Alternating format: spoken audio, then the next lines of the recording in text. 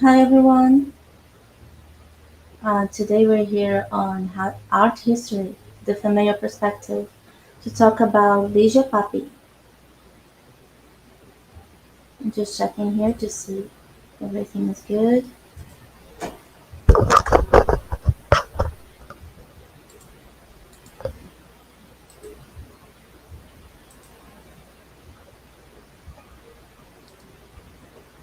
Okay.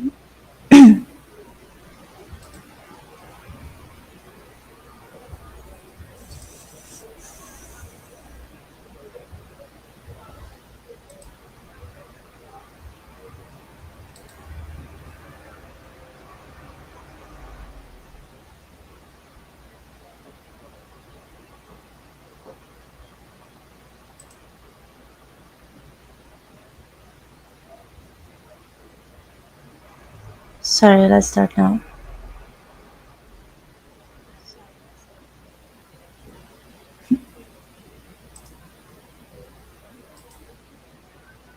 Again, we're sorry for it. So today we're here in art history, the female perspective, to talk about Lygia Pape, a great Brazilian artist. And well, I hope this presentation works well because sometimes we have technical problems, but fingers crossed.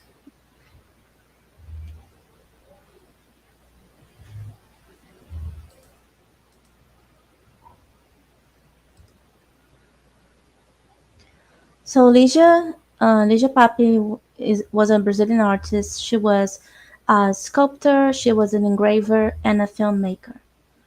She was a central figure in the concrete movement. There was a movement that focused on only geometrical shapes and very basic colors like primary colors, pure colors, and very solid, and without any influence of the artist or traces of his brushstrokes. Everything very clean, very almost mechanical. She was a key figure in this movement, and later she founded the new concrete movement in Brazil during the 50s and the 60s. So in the 50s, our country, Brazil, underwent a process of modernization. So everything was very focused on this aesthetics of the Bauhaus, an aesthetic that was very all clean, pure geometrical shapes. And we saw that on the architecture and on the art movements also. So it appeared in the art this tendency to look to more modern forms. In art, also, there was the opening of the Museum of Modern Art in São Paulo, MAM, and Rio de Janeiro. So, in addition of this, we had started to happening the biennials to of art. So, Ligia Papi, she, I'm sorry, she started doing this works. In her 20s. She started studying art in the museum. She isn't for graduated in arts. She studied by herself with Feiga Ostrawa, and she was always very interested in experimenting, and she loved to try different things. We're going to see her works through her phases, starting by the tessellations. There are works that are inspired by the indigenous geometrical styles, and we are going to see other concretist works first. After, we are going to go to the neo concrete, which she was most known for.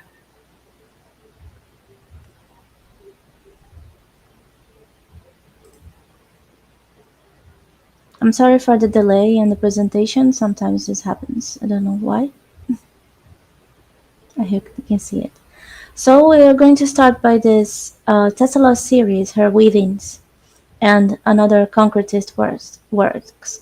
This art on the This design on the presentation was inspired by one of her most famous Tesla works. So when she was in her 20s, she joined the concrete art movement, and this movement wanted to create an universal art, an art entirely built up of purely plastic elements, like I said before, surfaces, geometrical shapes, colors that had no meaning other than itself, like art for the art, not trying to mean something like that the artist felt or that he wanted to transmit to the public. Everything was very focused on the image itself. And one of the things that characterizes this movement is that many times the artists they used automotive painting, like for cars, so the painting could be all very smooth without any trace of the hand of the artist. Hi, Krista, how are you? So, this is the first work, uh, one of the first works that Lygia made in this series called Tesselars or Weavings in English. Here we see a work, one of her works that someone took a picture of her in front of it. This is Lygia Pape and Tesselar. She did these wood prints in rice paper. Her prints were very minimalistic. They were made of these thin lines with black ink on the white rice paper. And this production is very straightforward. She just put the wood blocks on the paper and pressed. And in this way, she also didn't leave any impression of herself for brushstroke or something like that in her art.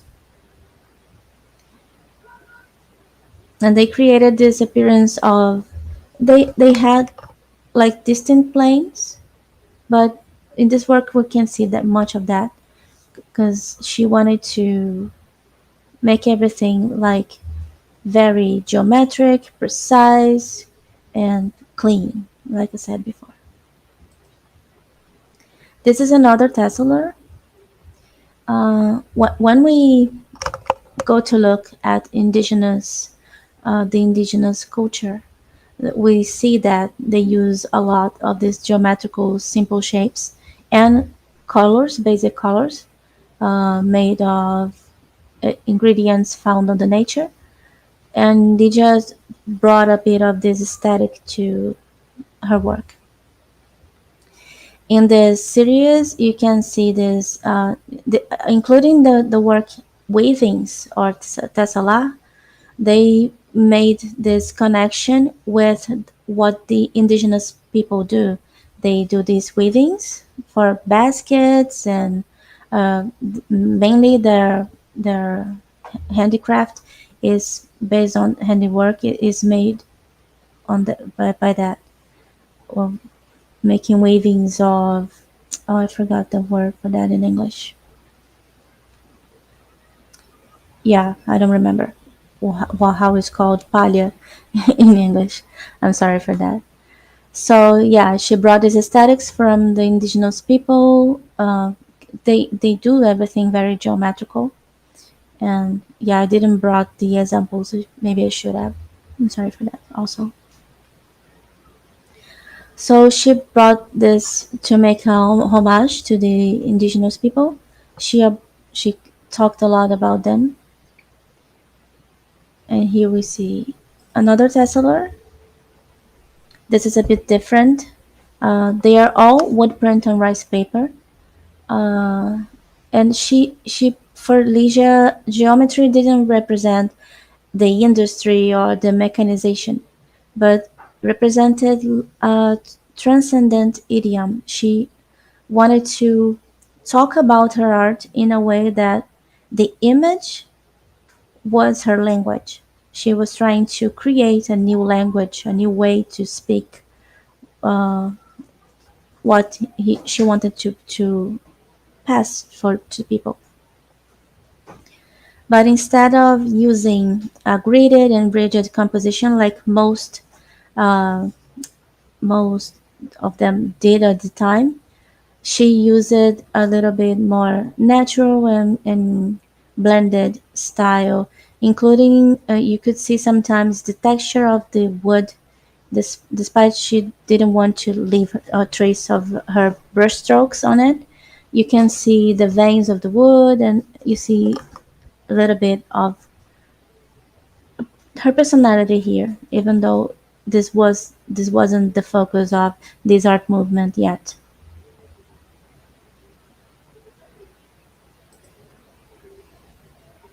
Oh, I just saw that I they're not showing my. Oh, let me go back because it wasn't showing the right art. First I showed her, and then I showed this one. Yeah, this Tesla is another one that she did in 55, and this was the other one.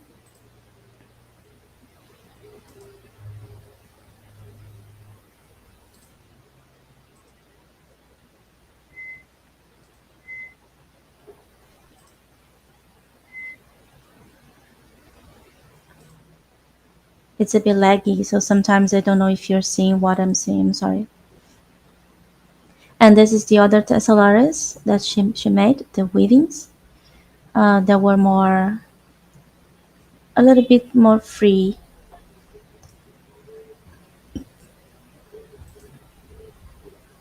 And here we have another one that's called graphics. Also wood print or rice paper, and on this you see more movement. She did it in a way that the lines seem like they had some perspective.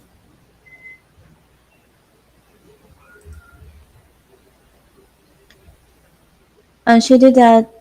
These weavings, they are from 59, almost at the end of the concrete movement for her, and because she abandoned it after. And this on these ones you can see more of the influence of the wood. You see that she is already becoming more organic, because I don't know if you can see it well.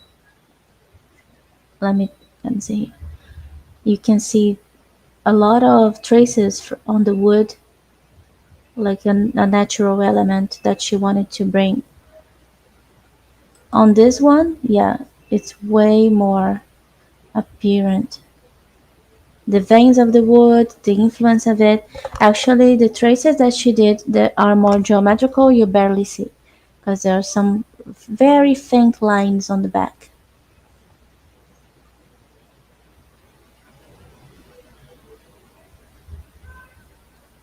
And here we have some works that she did at the time that are a little bit more different. That they have some elements of color. Let me. I hope you can see me. Yeah. This she called Victorial Games. They have a lot of movement. You can see the influence of some artists at the time. There were Mondrian, and she also was very influenced by Malevich. He was a Russian suprematist that made a few famous paintings, including one that was a, a white square on top of a white canvas, and he used a lot of pure colors and shapes in simple shapes. And here you also see that Mondrian was one another one that was very famous, and he used a lot of lines and also squares in his work.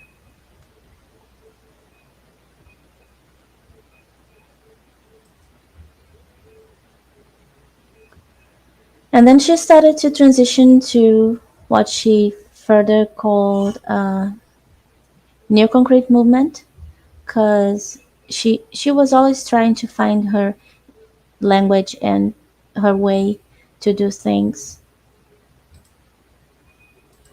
I'm sorry, I was just checking if it was cutting the the image. And she said that my concern is always invention. I always want to invent a new language that's different for me and for others too. I want to discover new things because to me, art is a way of knowing the world, to see how the world is, of getting to know the world. And then on the neo concrete movement, that she was one of the co founders, she, she was part of a group that wanted to step away from this new concrete movement because they thought it was very naive and very colonialist because it had a lot of influence from Europe and had nothing from our people and didn't have any relation to the people.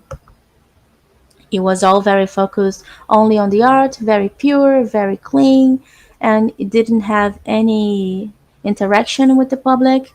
Everything was very mechanical, and then yeah, they wanted to create this other movement that was the new concrete art.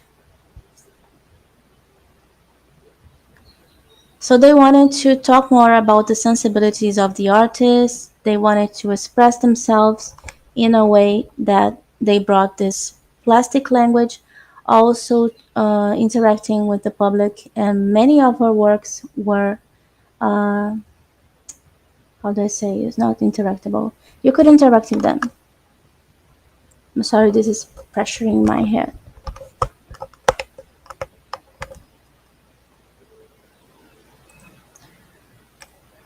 So on this work,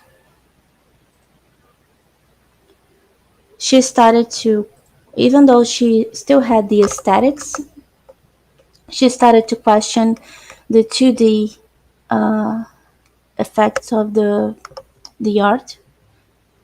She did these lines on the side so you could uh, make the image look better in a 3D way that it looked pop more.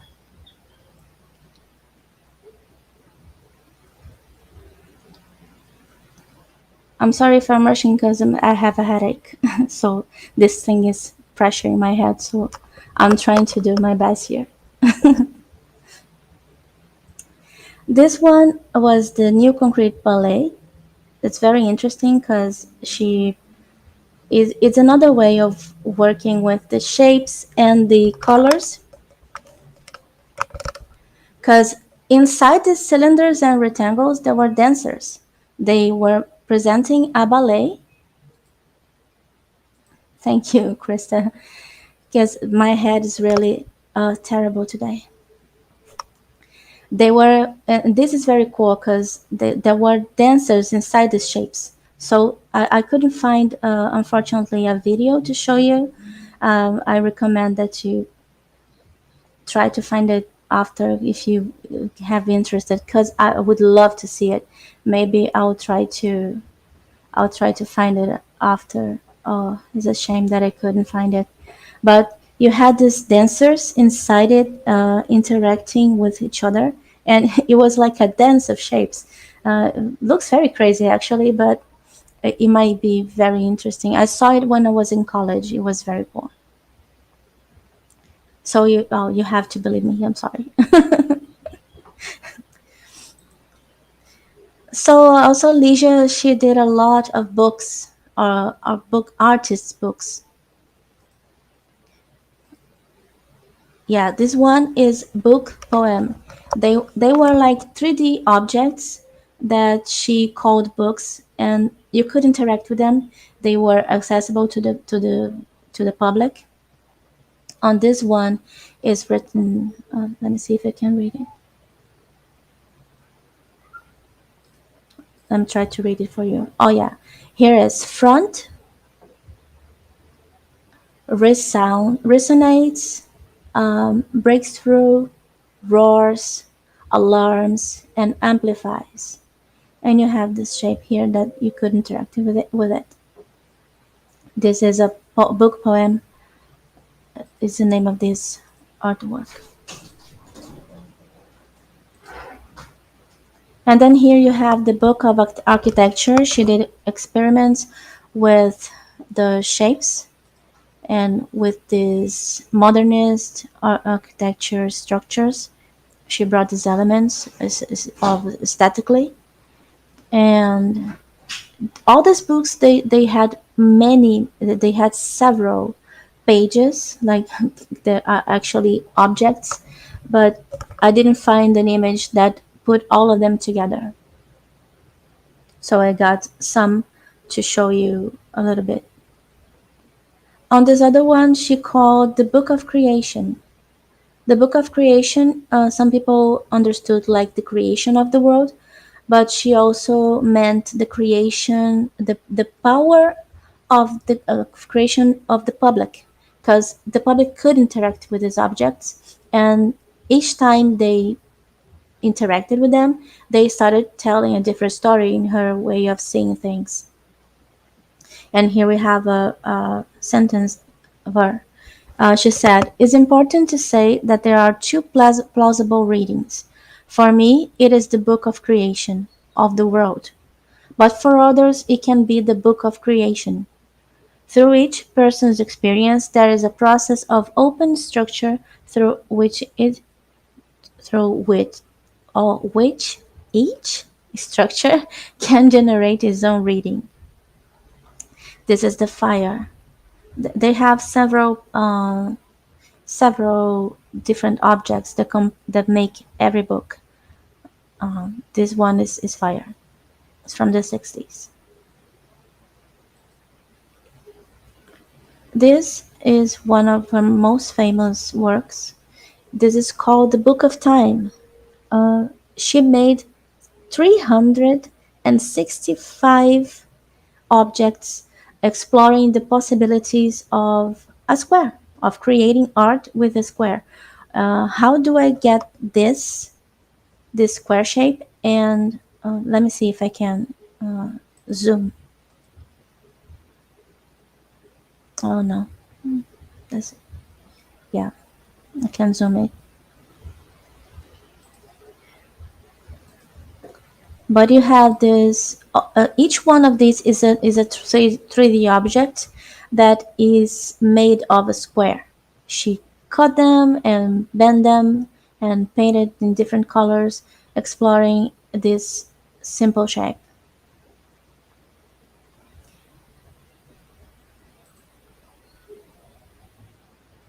Here we have some of her sculptures.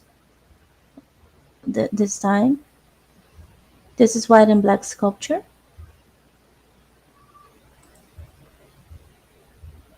Again, all very clean, and in this example, also we see that there's a play with also the shadows. The shadows also make are an important part of the work.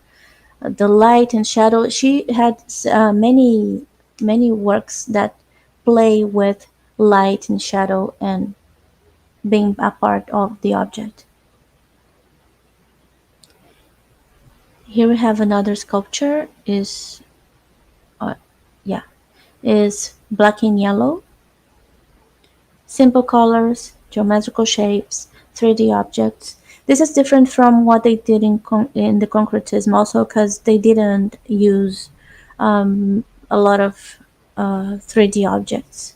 And in this movement, on the new concrete movement, you had, like, for example, Elio de Sica, that he wore these colors. And he did this parangoles that they were like square square fabric, a square piece of fabric that you put on, and the people used it on the museum, and he actually caused a lot of trouble with that because people from the museum didn't like people interacting with the object, and Lygia did the same. Her artworks are all to be used by the public, interactive with the public. And this exhibition went to the MoMA recently. Not recently. It was in 2000. Oh, I forgot the year. but he went there and people could interact with replicas of the work. Because when it's very handled, you have to make a lot of replicas so it doesn't deteriorate with the time.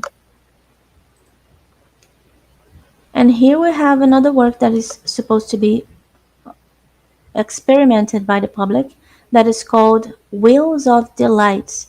These are tiny uh, tiny recipients with colors and flavors. So you should try them. You should taste them. So she brought another senses also to the work. Not only the vision, but also you could experiment it with your palate.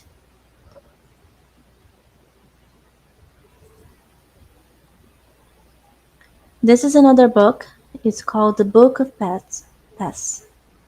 You see display of light and shadow also, and you could experiment different paths on the work, like ways of traveling through it with your mind or your hand. Here we have the Book of Clouds. This is an installation that is on the top of the museum of the place. You have to look up to see it, and there's also display with the light and shadow.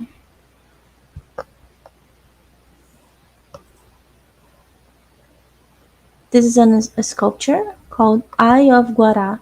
It's an indigenous word.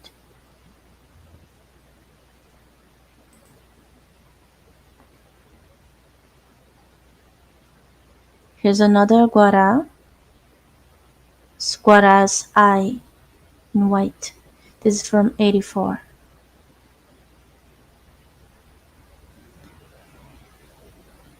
Her her lines of work, like the concrete work, the new concrete work, and her conceptual work, they kind of went side by side. This work um, is happening at the same time as she's making a lot of conceptual objects that we are going to see after. Here we have a painting. She started using a lot of red as an indigenous reference, because she has some pictures that I'll show you after, that she used this red to represent the blood of the indigenous people also. That was there was a genocide from the indigenous people, and she wanted to talk about it. Here we have Amazonino. It's inspired by the Amazon. I'm sorry, it didn't show you the image before. This is the painting, red, and this is Amazonino number 1 from 89. They are 3D, very geometrical, clean shapes, painted with automotive painting, no traces of brushstrokes from the artist, like many of the things before. And this next one is Amazonia Black and White. It's from 89. Again, the geometrical shapes. But this one, you have a lot of things that come from they talk about this 3D element coming way out of the canvas, and you can interact with it. Uh, it's very cool. And now going to her conceptual artworks.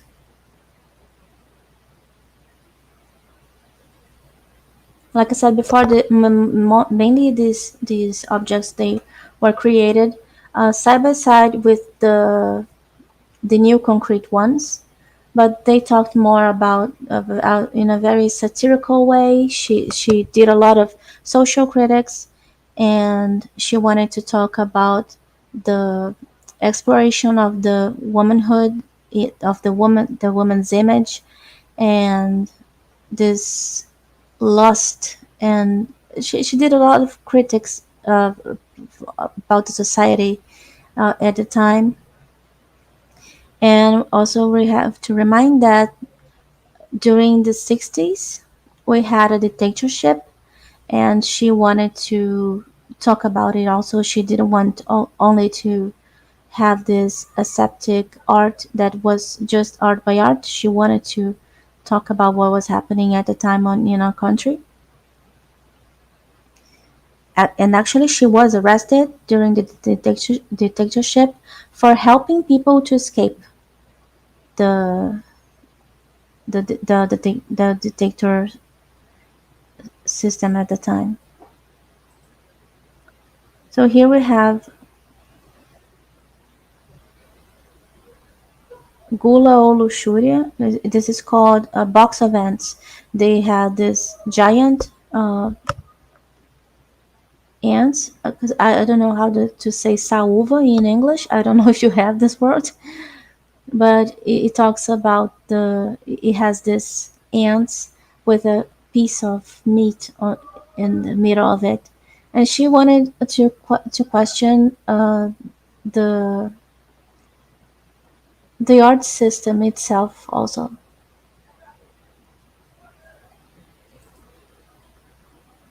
This next work was very satirical, and it causes a lot of disgust in people because it's a box of cockroaches, and she carefully put them in a box like if you were with butterflies. But the thing that actually made people most annoyed by it is that it has a mirror inside it. So you see yourself among this bunch of cockroaches. And this also is to talk about the dead art in the museums.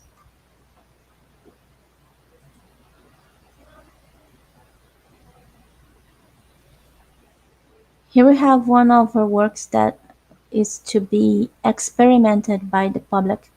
It's called The Egg, and this is an object, a cube that has a structure of a metal structure, and yeah, disgusting. You have this cube with a very thin membrane that it is supposed to you go inside and you have to break it. You have, like if you were being born. She wanted the person that experimented it to feel like she was being born again, like a birth, like breaking an egg from the inside. This is one of her most famous works called The Divider. This was this object was experimented on the MoMA also by the people on walking on the streets. This is 30 meters for 30 meters squares with holes for people to get in and put their heads. And this is to bring everyone together, question the dimensional 2D dimensions of the work. She brought this to this. She wanted this giant square to be experimented by several people at the same time. And when people are using this object, they become one. It's a mass of people experimenting the same thing and walking together as one body.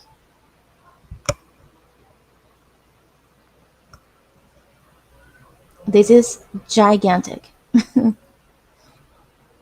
The next one is from a series of visual poems. This is a visual poem called Box Brazil. This is to represent the origins of our people, because you have uh, indigenous hair, white people hair, and black people hair. So she wanted to like put Brazil on a box, like all of our races in one box representing our people. This next one is a very potent image because she did that during the dictatorship, and the name of this visual poem is Tongue Stabbed. It was supposed to represent the censorship at the time because of the dictatorship. And she did this image where she has this black ink dripping out of it, like if her tongue was stabbed with black ink. Black ink is usually used to censor texts.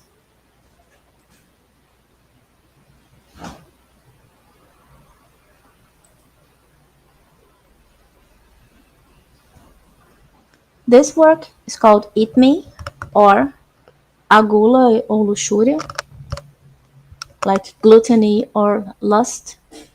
You had this installation where they have little bags with objects inside that people could take home, and it was meant to question the art system.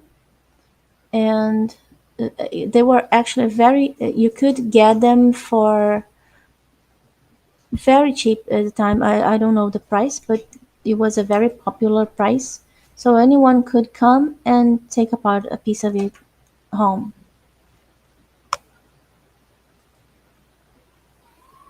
This is one of her series that is also very famous.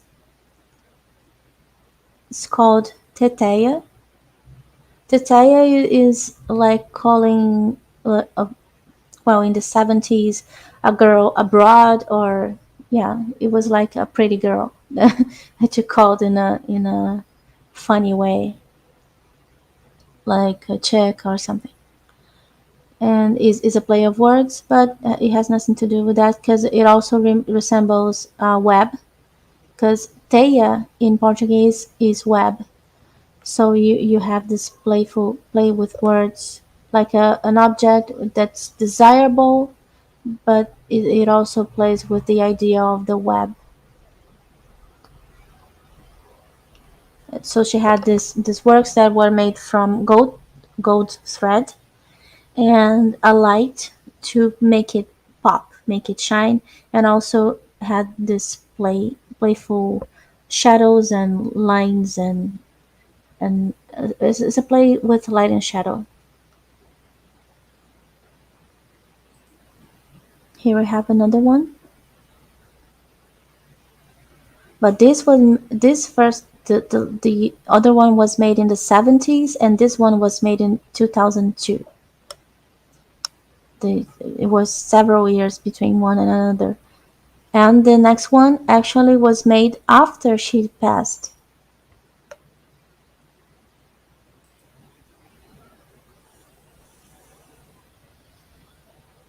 This is an arts installation made after she passed away, based on many of her creations, including some 3D objects that she had done in her books. And this is supposed to be like this. You have these lights that go through these golden threads and make it look like you have like the light is going in one direction, building this light columns of light, and in this case there's a lot of shadow. There's columns of light, and golden thread is also called Teia 1C. It's from 2008, 4 years after she passed, and this is a permanent installation in a museum in Brazil called Inhotim. The next one is a very potent work where she made this. It's called Manto Tupinambá. It's like a Tupinambá cloak on top of Rio de Janeiro, a cloak of blood, talking about the genocide of the indigenous people. Yeah, beams. Thank you. Talking about the genocide of the indigenous people. She also did a lot of movies and she made a bunch of art designs for Cinema Novo at the time of the dictatorship years. She was very engaged politically. She helped people during the dictatorship to escape, and was arrested for that and tortured. Lygia was a very active woman until the end of her life. She kept making art and producing objects and talking about uh, many things, including she thought that the favela structures was a brilliant way to solve, that the people was very creative. They wanted to solve the lack of habitation, so they did these crazy structures, almost like a modernist uh, work. It was very cool. And that was it, folks. Thank you for coming to know a little bit more about Lygia. I'm sorry I'm not that up uplifted today because my head is really killing me. But I didn't want to leave you hanging. So I hope you enjoyed and learned a little bit about Lygia Pape. I hope that you feel like uh, researching more about her because she is a very interesting artist. And yeah, thank you for being here. Thank you for coming and listening about this great woman artist, Lygia Pape, Brazilian neo-concretist, and much more. Thank you, Krista. See you on the next one, folks. Hopefully, I will be way better then. And then, yeah, let's hang on the next one. Bye. See you next time.